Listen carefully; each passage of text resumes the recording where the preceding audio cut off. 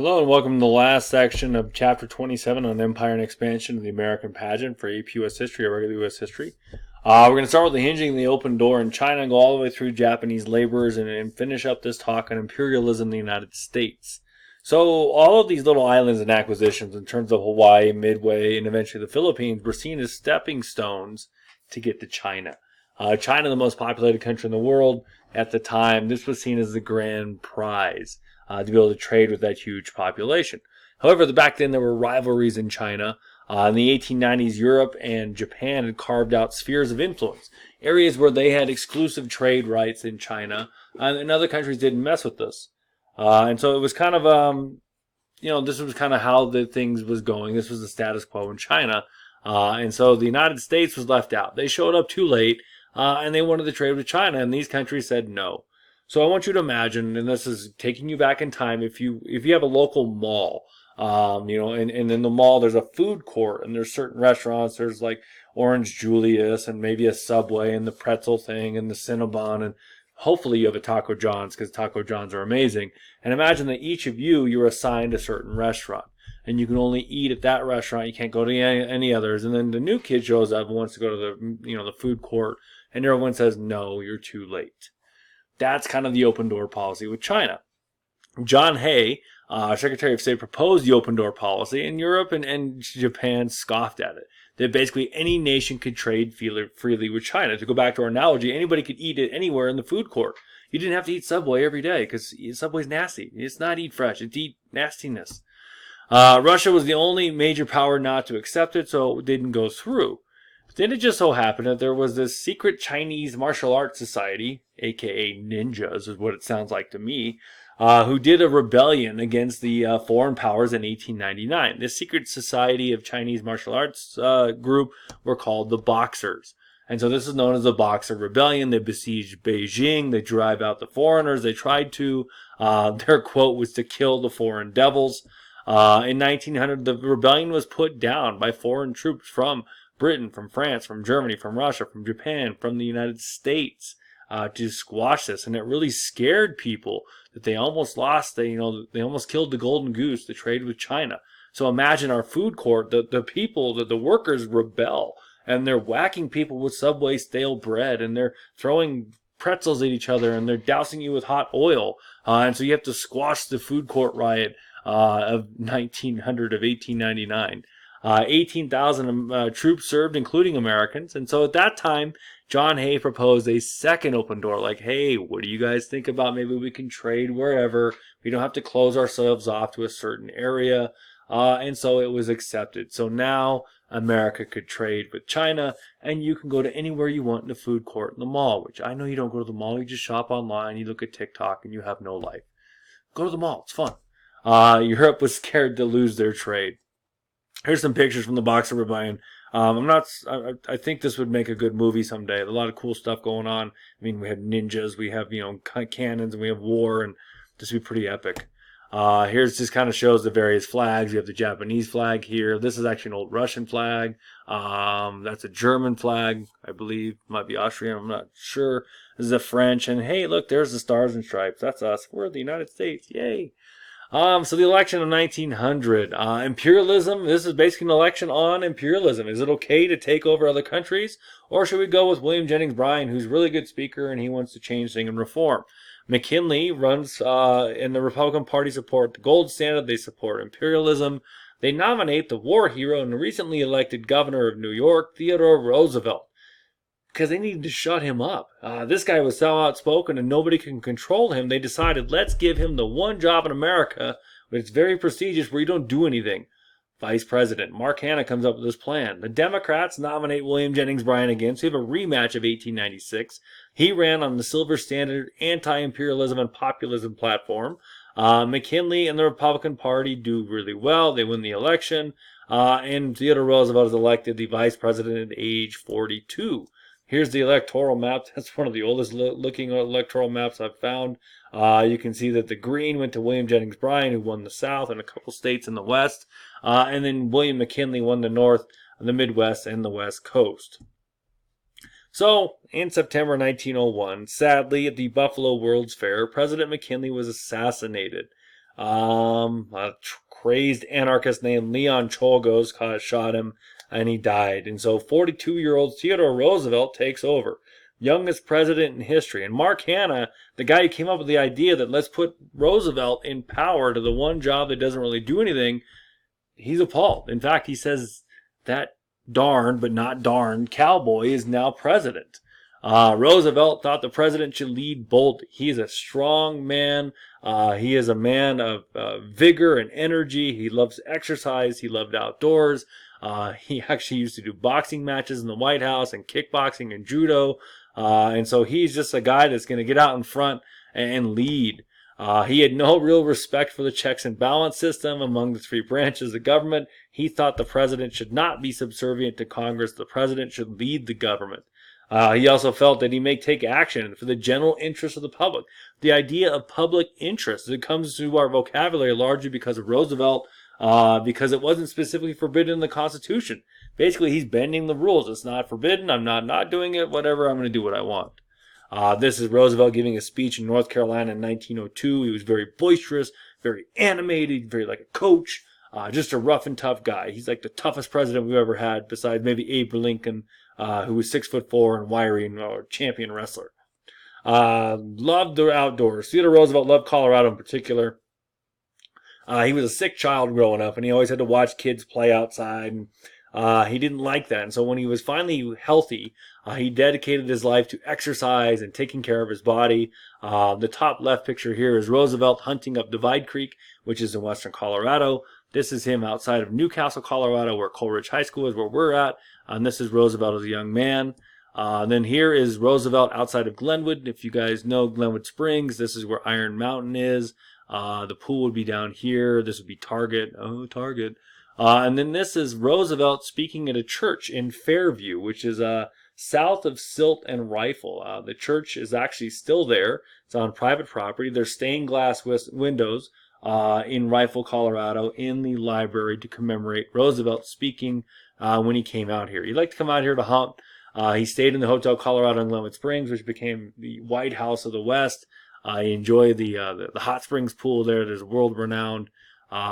This is the picture I thought that was like the coolest picture ever. I mean, it's Roosevelt riding a moose across a lake. It's not photoshopped. It's airbrush. It's fake. They basically copied and pasted a picture of him riding a horse. They add a little bit of animation, a little bit of drawing right here. These water lines kind of give it away. It's not a real picture. It's so sad. It would have been so legendary. We're skipping that. So, Panama Canal. Break out the Van Halen tapes. 1984. That's the album. You got to check that out and listen to Panama. That's how you get fired up for Panama. Now, people have dreamed of building a canal. They look at the little map and they see that little strip of land. It's like you can just hop over it. But it's a little bit difficult. It's in the middle of the jungle. It's owned by Colombia. And there's lots of bugs. There's lots of disease. And it's not just a little tiny bit. It's a lot of land. The dream, though, was to connect the Atlantic to the Pacific. Instead of having to sail all the way around South America and the Tierra del Fuego and the Straits of Magellan, all the way back up there, just shortcut. Man, let's do this. The French tried in 1880s, and being the French, they surrendered. They quit. Sorry, that's my father's influence, his anti-French rhetoric coming out in me. They failed largely due to disease. Britain signed the Pauncefote, I can't say that word, Pauncefote Treaty in 1901, which allowed the United States to build and fortify the canal. However, there's a little kink in this. We'll get to it. The U.S. bought the contract from them for $40 million. They signed a 99-year lease. They're ready to go. They got the steam shovels. They got workers. And Colombia says no. I'm like, well, we're going to build a canal. And Colombia says, no, I don't want you there, America. You guys are mean. You tell us what to do. And we own Panama. I'm like, I was going to do this. We need to figure out how we're going to do it. So Roosevelt comes up with this plan. If Panama was its own country, we could sign a treaty with Panama. So the Panamanians, with American support, revolt. In November 1903, they revolt from from Colombia with U.S. support. The USS Nashville, a big battleship, was parked in Panama City in the harbor with guns pointed up to the hills. The Panamanians were there. They're revolting, and the Colombians come to squash it. And they see the big American ship. They know they're in trouble. The United States is on their side, and so they pull a Monty Python and run away, run away. And so Colombia turns back. And eventually, the United States signs a new treaty with Panama, and the canal goes on. And so, a little geographic nerdy note here.